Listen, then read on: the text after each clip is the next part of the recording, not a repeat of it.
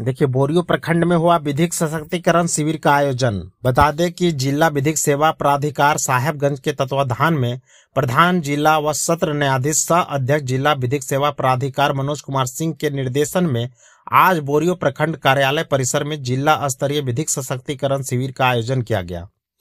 इस अवसर पर प्रधान जिला व सत्र न्यायाधीश समेत उपायुक्त राम निवास यादव, पुलिस अधीक्षक नौशाद आलम, उप विकास आयुक्त प्रभात कुमार बर्दियार एवं अन्य पदाधिकारियों ने संयुक्त रूप से दीप प्रज्वलित कर कार्यक्रम का शुभारंभ किया। कार्यक्रम के तहत आदरणीय अतिथिगणों का पौधा देकर स्वागत किया गया। आपको बता दें कि जिला स्तरीय विधिक सशक्तिकरण शिविर सभी प्रखंडों में भी आयोजित हुआ। जिला स्तरीय विधिक सशक्तिकरण शिविर के दौरान अपने संबोधन में प्रधान जिला सत्र न्यायाधीश श्री मनोज कुमार सिंह ने कहा कि साल में 2 बार विधिक सशक्तिकरण शिविर का आयोजन जलसा के निर्देश अनुसार आयोजित किया जाता है। वहीं इसके बारे में विस्तार पूर्वक लोगों को जानकारी दी। देखिए, न्यूज़ 10 भारत की खास रिपोर्ट हमारे संवाददाता संजीव कुमार के साथ साहबगंज। साथ ही साथ अभी बताया प्रधानमंत्री जनधन खाता, प्रधानमंत्री जीवन ज्योति बीमा योजना, प्रधानमंत्री किसान सम्मान निधि योजना जो आपके सभी कृषक भाइयों को मिलता है, 6 महीने में किस्त आप लोग को दी जाती है, किसान क्रेडिट कार्ड, ये सारे योजनाएं जो भारत सरकार की हैं। इवन उज्ज्वला योजना जिससे आपको सिलेंडर और गैस चूल्हा दिया जाता है, वो सभी योजनाओं का लाभ आप लोग को मिला कि नहीं, ये हम लोग विकसित भारत संकल्प यात्रा थोड़ा सा बता देते हैं, क्योंकि माननीय प्रधानमंत्री जो हमारे हैं श्री नरेंद्र मोदी जी, उन्होंने एक संकल्प सभी भारतवासी को लेने के लिए कहा है। उस प्रोग्राम में लोग शपथ भी लेते हैं कि 1947 में हम लोग आजाद हुए थे, उसके 100 वर्ष बाद 2047 में हम लोग एक विकसित भारत का सपना देखें और उस विकसित भारत को बनाने के लिए हम संकल्प लें। और प्रत्येक पंचायत के जितने भी लोग हैं, ज्यादा से ज्यादा लोग उस संकल्प और उस शपथ में शामिल हैं। यही सपना है और इसी सपने को आगे बढ़ाते हुए आप लोग का उसमें भागीदारी हो, इसके लिए ये प्रोग्राम पंचायत में हम लोग भारत सरकार के निर्देश के आलोक में कर रहे हैं। दूसरा प्रोग्राम झारखंड सरकार के द्वारा, सरकार आपके द्वार, आपकी योजना, आपकी सरकार आपके द्वार, उसके तहत जो झारखंड सरकार की योजनाएं हैं, सावित्रीबाई फुले समृद्धि योजना, अबुआ आवास, मनरेगा के तहत बिरसा सिंचाई कूप, पेंशन योजना, सर्वजन पेंशन योजना, जो व्यक्ति 60 वर्ष पूरा कर चुका है, उसे अभी बता रहे थे हमारे विधिक सेवा के सचिव धर्मेंद्र जी कि 60 वर्ष जिनका हो गया उन सभी को सरकार 1000 रुपए उनके खाते में प्रति माह देती है। पहले ये इसमें टारगेट हुआ करता था, अब टारगेट हटा के इसको सर्वजन कर दिया सबको। तो झारखंड सरकार की जो योजनाएं हैं वो सभी को उस सरकार आपके द्वार के कार्यक्रम के माध्यम से हम लोग अंतिम व्यक्ति में बैठे उस व्यक्ति को दे रहे हैं। साथ ही साथ अभी क्योंकि इस बार भगवान की बड़ी हम लोग पे कृपा रही, अच्छा मानसून आया, हम लोग के धान का इस बार प्रोडक्शन बहुत अच्छा है।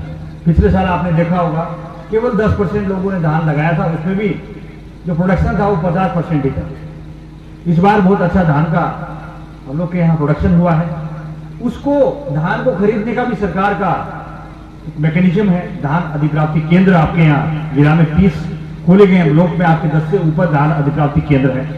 उस सभी केंद्रों पे किसान अपना पहले रजिस्ट्रेशन कराएं और जो धान आपको मिला है उसको आप प्रोडक्शन जो किए हैं उसको उस अधिप्राप्ति केंद्र में आप वहां पे जमा कराएं। उसका सब लेम्स में जाके जमा कराएंगे, आधा पैसा उसी दिन आ जाएगा और लेम्स जब उठा के उसको जब मिल में भेज देगा उस दिन आपको रिमेनिंग 50% पैसा मिल जाएगा और आपके खाते में पैसा आएगा। ये भी नहीं कि आपको ये समय दिया जाए 2 दिन बाद 3 दिन बाद दिया जाए। तो वो सारी सभी योजनाएं सरकार हर तरीके से लाती है। अभी जैसे आपने देखा सर्दी का मौसम आ गया है, अलाव की व्यवस्था हम लोग कर रहे हैं। गरीब अत्यंत लोग जो कपड़ा नहीं खरीद सकते उनको हम कंबल का व्यवस्था कर रहे हैं। जिला में 30,000 से ऊपर कंबल हम लोग खरीदे हैं, ब्लॉक्स में हम पहुंचा दिए। ब्लॉक से जनप्रतिनिधियों के माध्यम से वो आप लोगों तक पहुंचेगा। जिन लोग को कपड़े की आवश्यकता है वो कपड़ा सरकार देती है। इवन रैन बसेरा हम लोग टेम्पररी मैकेनिज्म करके, क्योंकि कुछ लोग ऐसे हैं जिनके पास घर नहीं, घर के साथ उनका आइडेंटिटी भी नहीं, तो उन लोगों को भी हम लोग ध्यान रखते हैं रैन बसेरा के माध्यम से। अब बचा तीसरा, इस जागरूकता शिविर का तीसरा पार्ट, वो है इसलिए से मैं बोल रहा था प्रशासन आपके द्वार, ये है आपका न्याय आपके द्वार। न्याय आपके द्वार कैसे पहुंचेगा, क्योंकि आप सब जानते हैं कि कोर्ट का एक प्रोसीजर होता है। आप अगर यहां पे कोई अपनी समस्या बताएंगे, हो सकता है उसका आज न्याय हम लोग नहीं कर पाएंगे, लेकिन मैं आपको ये विश्वास दिलाता हूं कि जब से हम लोग के पीडीए सर यहाँ जिला में आए हैं, तब से आप सब देख रहे हैं इनके सरल स्वभाव को। हमने, क्योंकि मैं भी बचपन से गांव में ही रहा हूं, कभी गांव में किसी जज को आते हुए हमने नहीं देखा, लेकिन धीरे धीरे आप देखिए इवन सीनियर जजेज, हाईकोर्ट के जजेज भी गांवों की ओर आते हैं, कार्यक्रम में भाग लेते हैं। हमारे पीडीए सर हमेशा एक्टिव रहते हैं। तो अब ये जो मैकेनिज्म चलाया जा रहा है, ये है न्याय आपके द्वारा।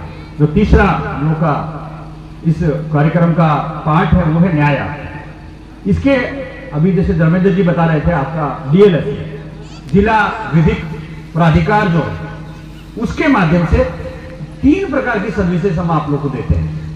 नंबर 1, ऐसा गरीब, ऐसा अत्यंत पिछड़ा व्यक्ति या समूह है जिनको वकील करने में दिक्कत है, वो लोग वकील का पैसा नहीं दे पाते हैं, वकील की फीस नहीं दे पाते हैं, तो हम इस प्राधिकार से आपको फ्री वकील देते हैं। आपको अधिवक्ता हम लोग फ्री देते हैं, उसको हम लोग विधिक प्राधिकार से उसकी फीस हम लोग जमा करते हैं। तो आपको फ्री लीगल एडवाइस देने के लिए आपको वकील हम लोग मुहैया कराते हैं। दूसरा जो काम है वो है कि जैसे भी, क्योंकि क्राइम समाज में होते हैं, क्राइम हम लोग रोकने का कोशिश करते हैं, परंतु फिर भी कुछ कुटिल मंशा के लोग होते हैं जो ये सब क्राइम करते हैं। तो उस क्राइम से जो विक्टिम लोग हैं, कोई लड़की है उसका रेप हुआ, वो विक्टिम हो गई, किसी को किसी ने मार दिया तो उसका जो पीछे आश्रित रह गए वो सब उसके विक्टिम हैं। तो उन लोगों को विक्टिम कंपेंसेशन एक्ट के तहत हम लोग आर्थिक सहायता उपलब्ध कराते हैं। और उसका भी जब से सर आए, मैं सर को इस मंच से तहे दिल से धन्यवाद देना चाहता हूं कि जब से सर आए हैं और जब से हमारे धर्मेंद्र जी जो डीएलएसए के सचिव हैं एक्टिव हुए हैं, लोगों को हम सह समय वो पैसा भी दे पा रहे हैं। ये तो मेरे 3 साल के टेन्योर में, शुरू के 1 साल में कभी उसका बैठक ही नहीं हुआ। अभी हम लोग सर के रेडी हैं कि लीगल एम्पावरमेंट कैंप हम लोग साल में 2 बार करते हैं। तो ये इस साल का अंतिम लीगल एम्पावरमेंट कैंप है, जिसमें आपको हमारे पूर्व के वक्ताओं के द्वारा बताया गया कि भारत सरकार साथ साथ राज्य सरकार के द्वारा चलाई गई सारी योजनाओं को का लाभ आप सबों को मिले, इसके लिए इतने स्टॉल भी लगाया गया है। आप वहां पे स्टॉल पे उस योजनाओं को बताने के लिए सभी दक्ष लोग बैठे हैं, उनसे आप संपर्क करके जिनको जिस योजनाओं का लाभ नहीं मिला है उन सब स्टॉल पर जाएं और उनसे जानकारी प्राप्त करें। मैं आज पूरा एक बार फिर पिछले भी कई लीगल एम्पावरमेंट कैंप में या विधिक साक्षरता शिविर में बताया है कि आप लोगों के लिए इस जिले में विधिक सेवा प्राधिकार केंद्र है, जिसका संचालन आप लोग समझते होंगे कि हम जज साहब अलग है, डीसी साहब अलग है, एसपी साहब अलग है। नहीं, हम तीनों बैठ के एक कमरे में बैठते हैं, मीटिंग करते हैं और आपके लिए सोचते हैं, काम करते हैं। जैसा कि आपको अभी डीसी साहब बताए कि विक्टिम कंपनसेशन के संबंध में या बहुत सी बातों के संबंध में, लीगल सर्विस अथॉरिटी से संबंधित जो बातें होती हैं, हम तीनों बैठ के करते हैं। आज आपके सामने हम तीनों हैं आप लोगों को कोई दिक्कत हो, किसी तरह की दिक्कत हो, आप हमारे लीगल सर्विस अथॉरिटी जो हमारा सिविल कोर्ट में है ऑफिस, वहां पे संपर्क करें। हमारे यहाँ पीएलबी है, हमारा सारे ब्लॉक में भी पीएलबी काम करते हैं, उनसे आप बताएं, हमारे वीडियो साहब को बताएं, वीडियो साहब पीएलबी को बताएंगे, वहां से हमारे पास आ जाएगा जो भी दिक्कत हो। मैं एक बात बताना चाहूंगा, लीगल हमारे अभी 1 साल होने जा रहा है। हमारे यहाँ लीगल एड डिफेंस काउंसिल का बनाया गया है, जिसमें आप लोग जितने आपराधिक मामले हैं, आपराधिक मामलों को लड़ने के लिए किसी भी जो गरीब व्यक्ति हैं उनके लिए एक टीम बनाई गई है जो आपके लिए मुफ्त में केस लड़ेंगे। आपको एक पैसा खर्च नहीं होगा, एक पैसा नहीं, न कागज का देना है, न टाइपिंग का देना है, कुछ नहीं। सारी व्यवस्था सरकार की है। वो हमारे माननीय नालसा जो ऑनरेबल सुप्रीम कोर्ट के अंदर आते हैं, माननीय नालसा के निर्देशानुसार माननीय झालसा के द्वारा ये इन लोगों की बहाली की गई है। ये लोग बड़ा दक्षता से काम कर रहे हैं। आप लोग इनके लाभ उठाएं, जो गरीब व्यक्ति हैं उनके लिए। हाँ, तो आप उनका आपका सिविल कोर्ट में आपराधिक मामलों को लड़ने के लिए एक पैसा खर्च नहीं, साथ साथ सिविल मामले में भी, सिविल मामला यदि लड़ना है तो उसमें भी आपका पैसा खर्च नहीं होगा। हमारे पैनल में लॉयर लोग हैं, अधिवक्ता, विद्वान अधिवक्ता का पैनल लॉयर है, उसमें से आपको अधिवक्ता नियुक्त किया जाएगा। हमारे डीएलएसए सेक्रेटरी साहब के पास आपका आवेदन आएगा। साथ ही साथ आपको केस लड़ने के लिए सिविल मामले में आप सुने होंगे कि केस लड़ने के लिए कोर्ट फी देना पड़ता है, न्याय शुल्क देना पड़ता है। न्याय शुल्क की व्यवस्था आपको फ्री में की जाएगी। हमारे डीसी साहब, हमारे एसपी साहब, हम लोग बैठते हैं, मीटिंग करते हैं, कौन है, किनको देने लायक है, नहीं है, उसकी छानबीन करने के बाद हम आपको कोर्ट फी भी देंगे और साथ साथ वकील साहब भी मुहैया कराएंगे। आपको किसी तरह की कोई दिक्कत नहीं होने वाली है। साथ आगे मैं एक बात बताना चाहता हूँ कि इस जिले में बड़ा ही दुखद स्थिति है।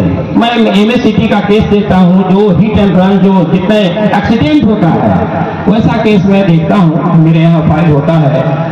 उसमें मैं इस जिले के जनता से मेरा निवेदन है, काइंडली आप एक 2 व्हीलर भी रखते हैं ना तो उसका इंश्योरेंस करा के रखें, क्योंकि 4 व्हीलर और बड़े बड़े गाड़ी वाले तो क्या बताएं, उनको तो रखना ही चाहिए।